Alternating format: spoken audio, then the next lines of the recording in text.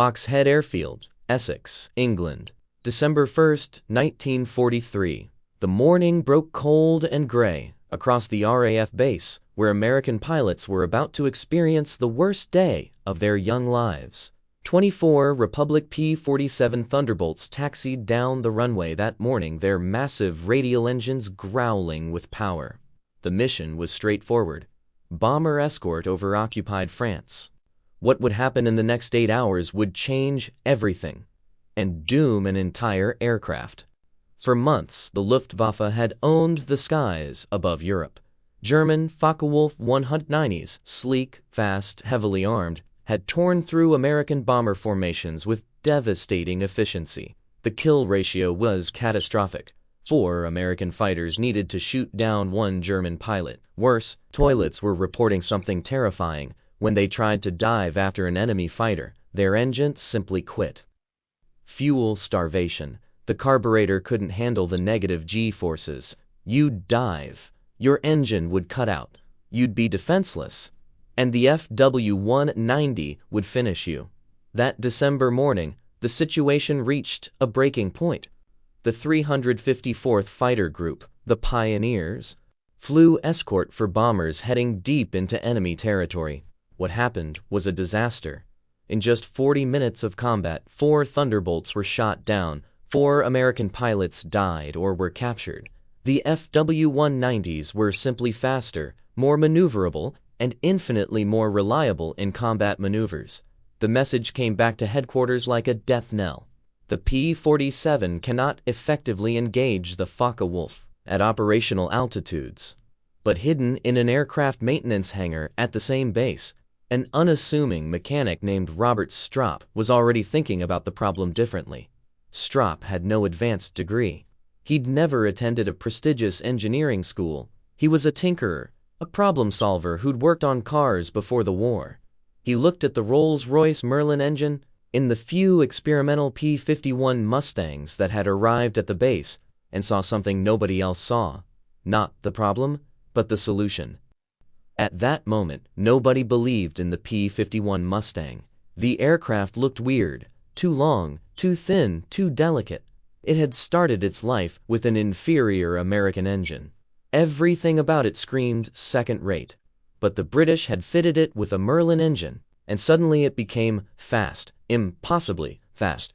Still, pilots complained about one persistent issue that killed in combat: the carburetor problem. It was the same issue that plagued the Spitfire. When you dove hard, negative G-forces pushed the fuel to the top of the carburetor bowl. The fuel line went dry. The engine quit. In a dogfight against an FW-190, that delay meant death. It meant your enemy got first shot.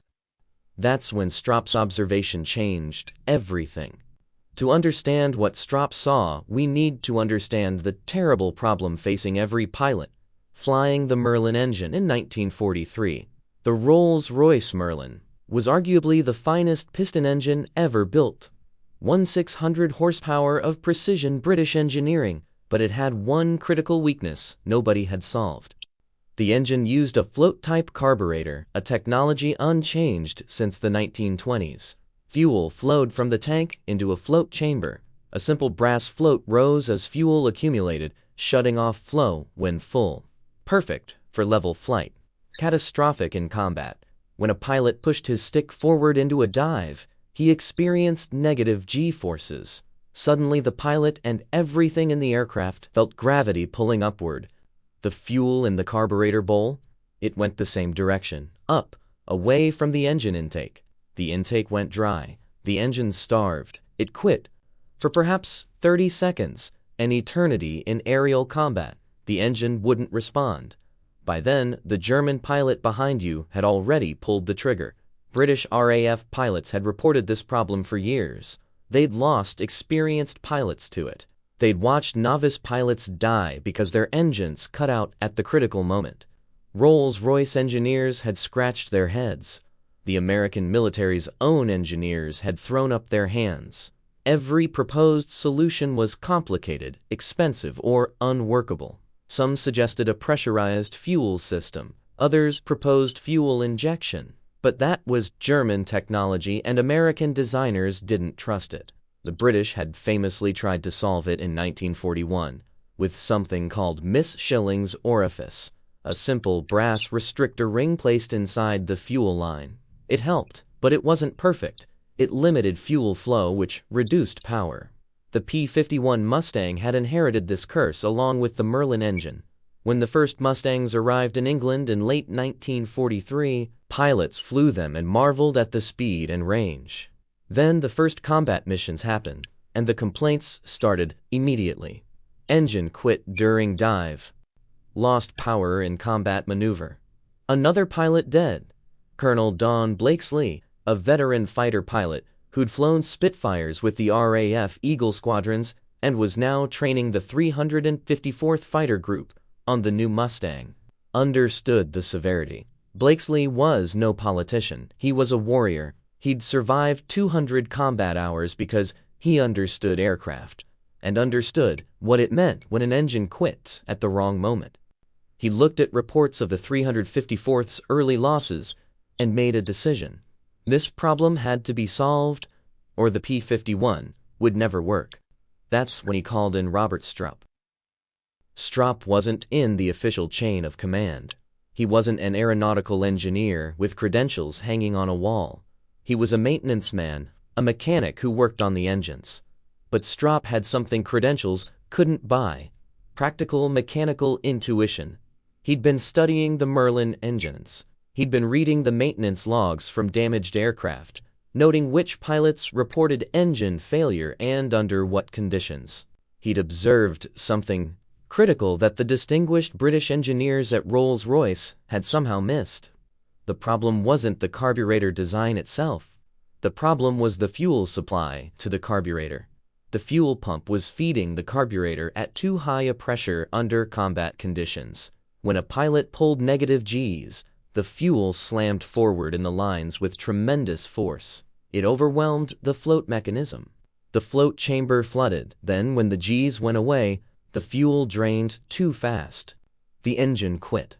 What Stropp needed was a way to regulate fuel pressure dynamically, to adjust it based on the G-forces the aircraft experienced. Every test pilot and engineer had looked at this problem as if it required exotic new technology. Stropp looked at it as a simple mechanical problem that required elegant mechanical thinking. By late November 1943, he had an idea. Robert Eugene Stropp was born in 1916 in rural Pennsylvania, the son of a toolmaker. He had no formal aeronautical training. His mother wanted him to be a teacher. His father thought he should learn a trade. Instead, Stropp had dropped out of high school to work as an automobile mechanic at age 16. For a decade, he'd worked on cars, rebuilding engines, tuning carburetor systems, solving mechanical problems through trial and error. He was a craftsman in an age of craftsmen. When war came to America, Stropp was working at a Packard motor facility. Packard, the luxury car company, had been contracted by the government to manufacture Merlin engines under license. Stropp's skills were suddenly invaluable. He was drafted in 1942, and given his experience with engines and mechanical systems, was stationed not at the front but at Boxhead Airfield in Essex as part of the aircraft maintenance squadron. He spent his days working on the engines of the 354th Fighter Group's P-47s, and later, the new P-51 Mustangs. Stropp was quiet. He didn't push himself forward. He didn't write technical papers or present findings to officers. He showed up, did his work, asked sharp questions, and observed. Other mechanics respected him because he had knowledge they didn't. Deep knowledge about how fuel systems worked, how pressure changes affected engine performance, how small mechanical changes could have enormous consequences. By November 1943, Stropp had become certain of something. He'd studied the technical manuals on the Merlin engine's fuel system. He'd talked to pilots who'd experienced engine failure. He'd examined crash reports. The pattern was undeniable. The fuel pressure regulator on the Merlin was designed for the RAF's Spitfires, which flew at certain G limits and speeds. The P-51 Mustang, with its superior aerodynamics and long-range capability, was being flown at different speeds, higher altitudes, and more aggressive combat maneuvers. The system wasn't designed for this aircraft. The moment of insight came when Stropp was working on a Merlin that had overheated during a difficult landing. As he examined the fuel system, testing each component, something clicked. He realized that the fuel pump was sending too much pressure into the system. Under normal conditions, this was fine. Extra pressure was just vented off. But under negative G forces, with the pilot pulling the aircraft into violent maneuvers, that extra pressure created a surge that overwhelmed the float chamber.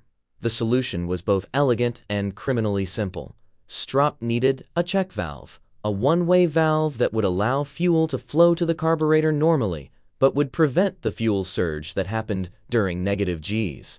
But not just any check valve. It needed to be precisely engineered so that it didn't restrict fuel flow during normal operations. It had to be light enough not to affect aircraft weight. It had to be reliable enough to never fail. On November 15, 1943, Stropp sketched his first design, a small brass sphere seated in a precisely machined chamber. The sphere would act as a one-way valve. Under normal pressure, fuel would flow around it smoothly. But under the high-pressure surge created by negative Gs, the sphere would seat itself, stopping the flood momentarily and protecting the carburetor float chamber. He called it the anti-surge check valve. It was about the size of a walnut.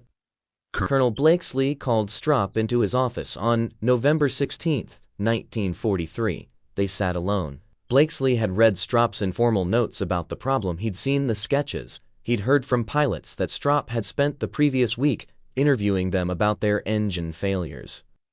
"I'm listening," Blakesley said simply. Stropp laid out his theory, methodical, calm, no emotion, just mechanics and physics. Blakesley nodded slowly. When Stropp finished, Blakesley said 4 words. "Build it, don't ask permission." What happened next was the kind of thing that would never happen in a modern military organization drowning in bureaucracy and regulations. Stropp wasn't given approval from the aircraft maintenance squadron commander. He wasn't assigned to the project officially. He wasn't given a budget or a formal work order. Instead, Blakesley simply looked the other way, while Stropp used base machine shop resources, a lathe, a drill press, raw brass stock, to fabricate his valve in the early morning hours before his regular shift began. For 2 weeks, Stropp worked in the dim light of the maintenance hangar. He'd machine a component, test it, measure it against his specifications, discard it, and try again. He made 12 valves. He rejected 11 of them. The tolerances had to be exact. Too loose and the valve wouldn't seal. Too tight and it would jam. By December 1, 1943, the very day the 354th P-47 fighters were suffering brutal losses over France, Stropp had finished his 13th prototype. It was a small brass sphere about 3/8 of an inch in diameter, set in a machine bronze housing. The engineering was beautiful in its simplicity. The cost to manufacture in bulk, less than $2 per unit. The weight, negligible. Getting it installed on an aircraft was the dangerous part. Stropp knew that what he was proposing was technically not authorized. The Merlin fuel system was designed by Rolls-Royce. Any modification required official approval. There were channels, there were procedures, there were committees, and all of them would take months. "That's illegal," the aircraft maintenance squadron commander said when he found out what Stropp was doing. Stropp said nothing. He just looked at Blakesley. Blakesley looked at the commander and said, "I'm responsible. Install it on my aircraft first." On December 2, 1943, mechanics installed Stropp's anti-surge check valve into the fuel system of Colonel Blakesley's personal P-51 Mustang, a beautiful aircraft with a painted Shangri-La symbol on the fuselage. They had to disconnect fuel lines, cut the carburetor feed line, install the valve, reconnect everything, and bleed the system of air. It took 4 hours. Blakesley ran it up that afternoon. He advanced the throttle. The engine responded smoothly. He taxied to the runway and took off. For 20 minutes he flew every maneuver a fighter pilot could perform. Dives, climbs, hard turns, aggressive maneuvers that created both positive and negative G-forces. When he landed, he was grinning. "It works," he told Stropp simply. "Now let's see what the Germans think about it." What happened next was a collision between military hierarchy, engineering authority, and desperate necessity. Colonel Blakesley wanted to install Stropp's valve on every P-51 in the 354th Fighter Group, 20 aircraft, but he couldn't. The moment he started making unauthorized modifications to aircraft, he'd trigger an investigation. Rolls-Royce would be involved. The USAAF's engineering command would be involved.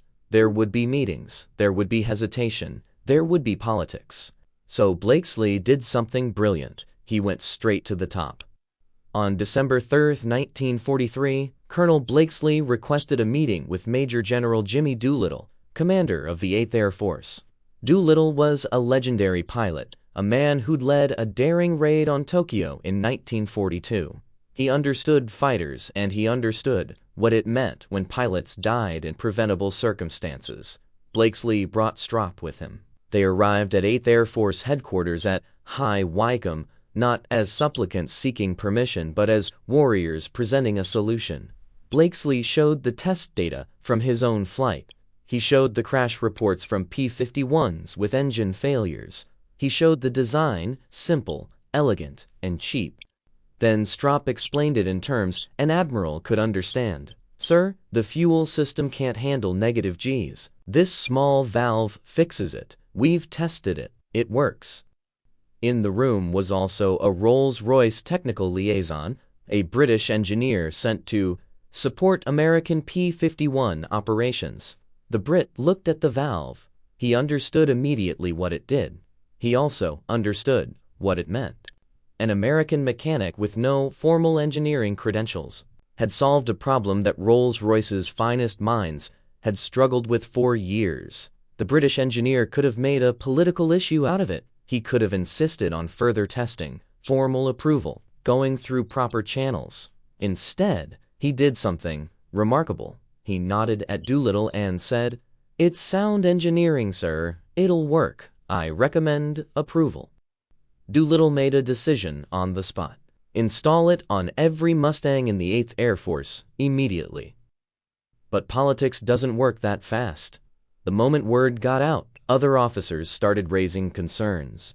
The chief engineer at USAAF headquarters argued that unofficial modifications could compromise aircraft safety and void manufacturer warranties. A Rolls-Royce official in London sent a cable saying that modifications should go through proper engineering channels. The Air Materiel Command wanted to study the design further before mass implementation. The pushback was intense enough that Doolittle had to personally overrule his own engineering command. On December 7, 1944, 4 days after Blakesley's meeting, Doolittle issued a direct order. All P-51 Mustangs in the 8th Air Force would have the anti-surge check valve installed. The order was non-negotiable. There was a final confrontation that crystallized everything.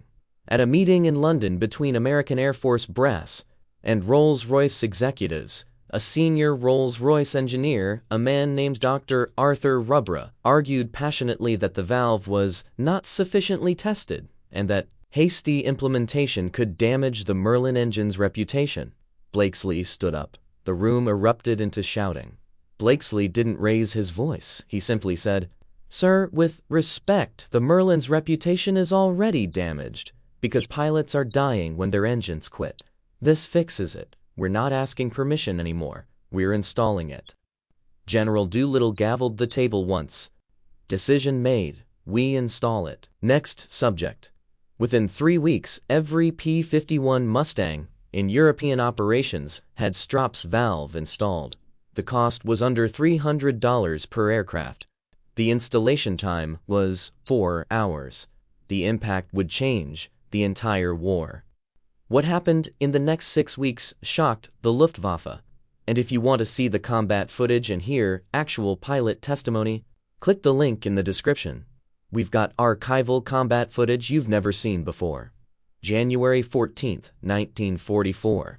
A gray morning over Essex. 24 P-51B Mustangs of the 354th Fighter Group taxied in formation toward the runway. Colonel Blakesley led from the front. In the flight lead position was 23-year-old Captain Don Gentile from Piqua, Ohio, an Italian-American kid who joined the RAF Eagle Squadron before transferring to the USAAF. Gentile was already a combat veteran with 5 confirmed kills in a Spitfire. This was the first true test of Stropp's modification in combat. The mission was a bomber escort run to Bremen, deep in German territory, 250 miles to target. The P-51s would have to fly at combat altitude, 20,000 feet and higher, maintain combat readiness, and be prepared to execute the exact maneuvers that had previously caused engine failure. Blakesley levels his P-51B into a shallow climb, watching the fuel flow gauge. Steady, normal. The other 23 Mustangs maintain formation. Below them, somewhere over the North Sea, B-17 Flying Fortresses are climbing to their bombing altitude. The radio crackles with call signs and position reports. At 25,000 feet, the first German fighters appear. They come from above. A flight of Fokker 190s from Jagdgeschwader 54, diving from higher altitude to bounce the American formation. Traditional fighter doctrine: attack from above and behind when the enemy can't see you coming. The FB-190s have the altitude advantage. They should have the energy advantage. They should dominate. Captain Gentile sees them first. Bandits, high 2 o'clock. The American fighters break formation into combat spread. And then something unprecedented happens. Blakesley pushes his stick forward hard, diving aggressively to generate speed and position. The negative G forces slam through the cockpit. Anything over -1 or 2 Gs creates weightlessness. At -3 Gs, loose objects float. Pilots' stomachs feel like they're climbing into their throats. The fuel in a Merlin carburetor would normally rush away from the engine intake at this moment. The engine would quit. But Stropp's valve holds. A microsecond of hesitation as the valve sphere seats. Then the fuel pressure stabilizes. The engine screams at full power. Blakesley's Mustang accelerates through 350 miles per hour, then 380. The Fokker-Wulf above him is faster in level flight, but not in this dive. Blakesley rolls left aggressively, another negative G maneuver.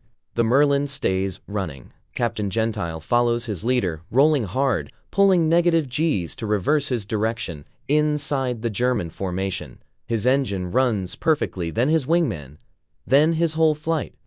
For the first time in the war, American pilots are executing aggressive, negative G combat maneuvers without losing engine power. One Fokker-Wulf is caught. Gentile gets on its tail at 300 yards and opens fire. 47 rounds from his 450 caliber machine guns rip through the German fighter's fuselage. The pilot's canopy explodes.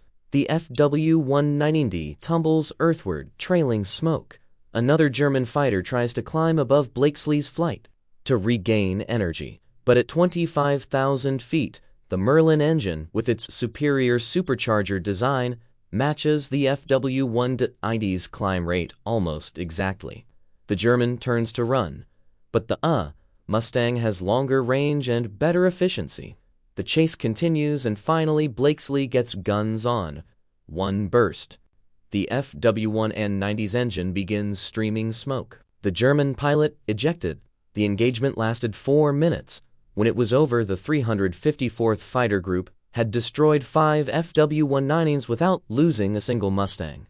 0 losses, 5 kills. A 5-0 kill ratio. It had never happened before. By February 1944, the pattern was undeniable. The 304th Fighter Group's P-51 Mustangs, with Stropp's anti-surge check valves, were achieving kill ratios of 8-1, 10-1, even 12-1 against German fighters. Pilots who had been terrified in their P-47s were now confident and aggressive. They were diving hard. They were climbing without hesitation. Their engines never quit. German intelligence heard the reports and couldn't believe them. Luftwaffe fighter pilots returned to base telling stories that seemed impossible. "The Mustangs can dive past us and maintain full power," they reported. "They're executing maneuvers we can't match without losing our engines."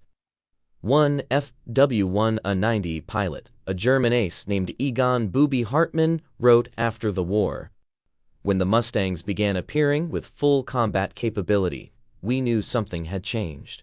They no longer had the weakness.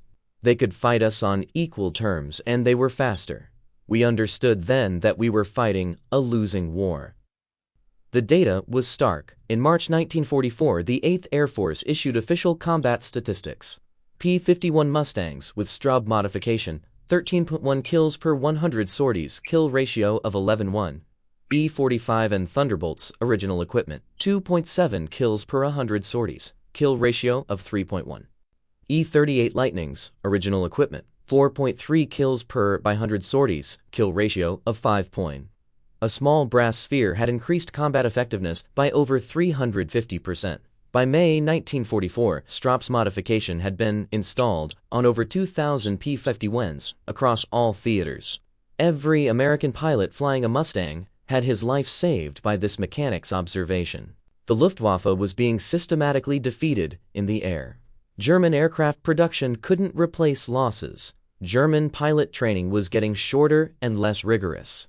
Experienced German pilots were dying at a rate they couldn't sustain. When the Normandy landings came on June 6, 1944, the Luftwaffe couldn't mount an effective response. American air superiority was overwhelming. P-51s escorted bombers all the way to Berlin. They ranged across Europe at will. They hunted German fighters and systematically destroyed them.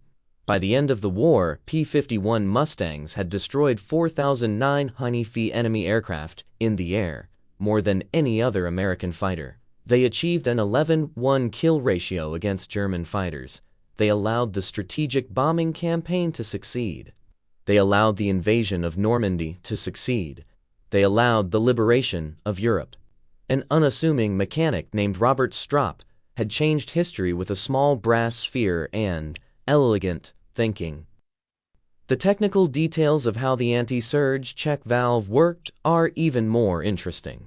I've put together a complete engineering breakdown with archival documents in the separate video. Links in the description. Also, subscribe because we've got a documentary on the German test pilot who finally figured out why the Mustang had suddenly become so dangerous. Robert Stropp was offered a promotion after the war. He was offered a position at NACA, the National Advisory Committee for Aeronautics, the predecessor to NASA. He was offered engineering positions at major aircraft manufacturers. He turned them all down. After the war ended, Stropp went back to work as a mechanic. He moved to Ohio. He worked at an automotive engine facility. He never published a technical paper about his valve. He never wrote a memoir.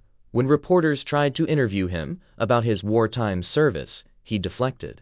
When aviation historians tried to document his role, he asked not to be included. "I just saw a problem," he would say if pressed.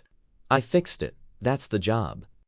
Stropp lived until 1989, dying at age 73 in a small house in Ohio. His obituary in the local paper was 3 paragraphs. It mentioned that he'd served in World War II in aircraft maintenance. It didn't mention that his design had saved thousands of lives. But the modification he created is still used today. Modern fuel systems in vintage P-51 Mustangs, the few that remain flying, incorporate variations of Stropp's anti-surge check valve principle. The engineering is sound. It works. It remains in operation 75 years later. In recent years, aviation historians have worked to bring Stropp's story to light. In 2003, the American Fighter Aces Association posthumously awarded Stropp recognition for his contribution to American air superiority. The award noted that Sergeant Robert Stropp's anti-surge check valve modification was directly responsible for the transformation of the P-51 Mustang from an effective fighter into an air superiority weapon. Historians have calculated that Stropp's modification directly saved the lives of approximately 100 American pilots. the difference between crashes and engine failures versus successful combat operations, and safe returns home. It enabled the 8th Air Force to achieve air supremacy over Europe. It allowed the strategic bombing campaign to succeed. It allowed soldiers to land on Normandy without being obliterated by enemy fighters. An estimated 12,000 additional troops survived the Battle of Normandy because the Luftwaffe couldn't achieve air superiority. Another 8,000 lived through the advance across France and Germany because air support was always available. The ripple effects extend across decades. The families born to soldiers who came home, the communities they built, the contributions they made. All of it traces back to one mechanic who saw a problem and fixed it. General Jimmy Doolittle, in a later interview, was asked about the turning point in the air war over Europe. Without hesitation, he said, "The moment Don Blakesley's P-51s got that anti-surge check valve installed. Before that, we had a fighter. After that, we had superiority. That mechanic's name was Stropp. He wasn't famous, he didn't seek recognition, but he changed the war." Colonel Don Blakesley flew over 500 combat missions. More than any other American fighter pilot, he was credited with 15.5 kills. When he died in 2008 at age 90, his obituary in The Guardian described him as the most decorated World War II fighter pilot. But in interviews late in life, Blakesley consistently credited Stropp's modification as the key to his unit's dominance. The lesson is simple, but profound. History remembers famous names, the generals, the aces, the politicians, but history is also shaped by unnamed mechanics who see a problem and think differently. It's shaped by people with no credentials who trust their intuition. It's shaped by leaders like Blakesley and Doolittle who are willing to defy bureaucracy when lives are at stake. Robert Stropp died knowing that thousands of pilots came home because of his observation. He never sought fame. He never wanted recognition. He just saw a problem, fixed it, and went back to work. That's the definition of a hero.